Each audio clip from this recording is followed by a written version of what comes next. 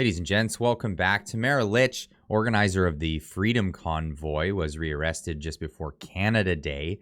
She was transported from Medicine Hat to Ottawa to, well, be brought before a judge once again under the auspices, under the accusations of breaking the terms of her bail conditions. Now, this morning we have breaking news that she will not be allowed to appear in an in-person trial. So breaking news from live from the shed, Tamara Lich will not be allowed to appear for an in-person trial this morning because she won't submit to a COVID test.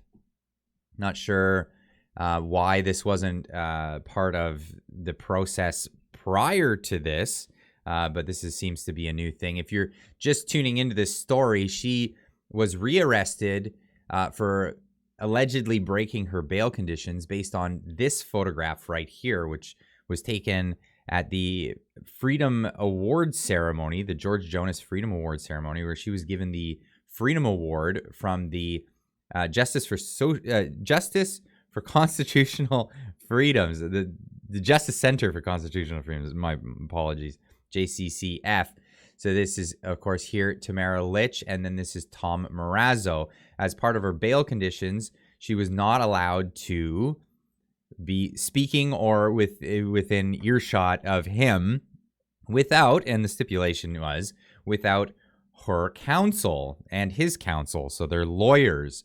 But as you may not be aware, just off photo here, whereas both of their lawyers, I know investigators from the Ottawa police have a hard time with that. It would have taken a phone call, and I understand Bell's long-distance charges are getting just outside the budgetary constraints of the Ottawa police. But I digress. Here we have Tamara Lich not able to go to her hearing. I'm not sure if they're going to do this virtually or they're just going to postpone it altogether. Laney on Twitter is asking, how can they get away with this? Even the Quarantine Act says you can refuse a test involving entry into the body, and gives a screenshot of the act here. Any qualified person authorized by the minister may, to determine whether a traveler has a communicable disease or symptoms of one, use screening technology authorized by the minister that does not involve entry into the traveler's body of any instrument or other foreign body. And then Mr. Fractologist getting in here saying they get away with it because they have spent decades preparing people for this. They've dumbed down the population to such an extent that the majority of people will go along with and defend any extreme, almost anything the authoritarians say. And, well, that's that. Rex Murphy, longtime standing columnist and commentator in the Canadian political scene, chimed in on this, writing an article for the National Post. Tamara Lich is no danger. Unequal application of the law is. It would have been a better Canada Day for all if the cheap harassment of the Freedom Convoy organizer had never happened. I'll leave a link for this article in the description down below, but I'm just highlighting some of the more poignant things that he says here. How did we and our grand capital, Ottawa, get through another Canada Day?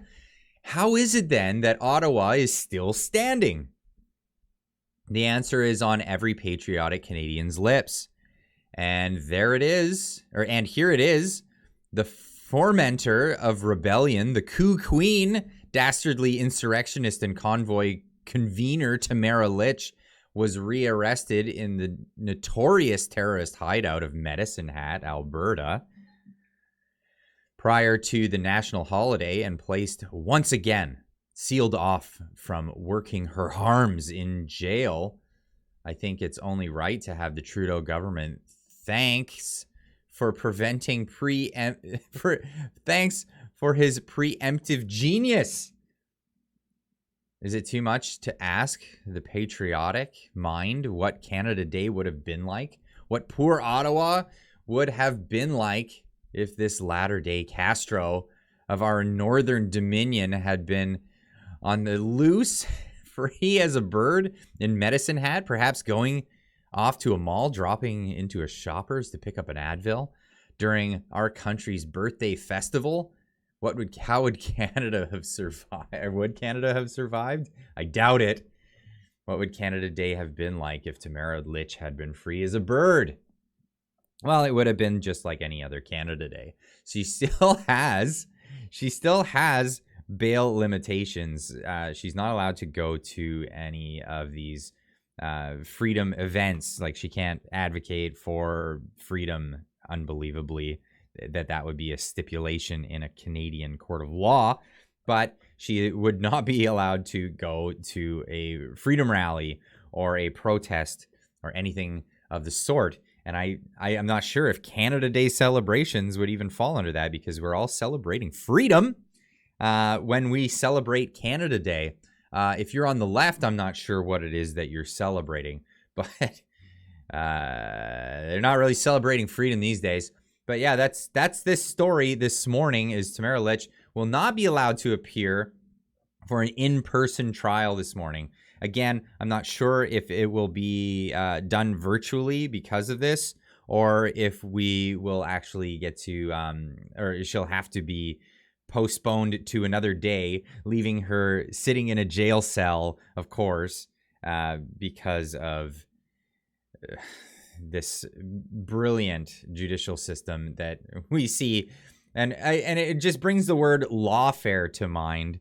And that was a term that I heard from Viva Fry's channel. I'm not sure where it was coined, but it's the term in which the process of the law is the punishment, not the punishment itself.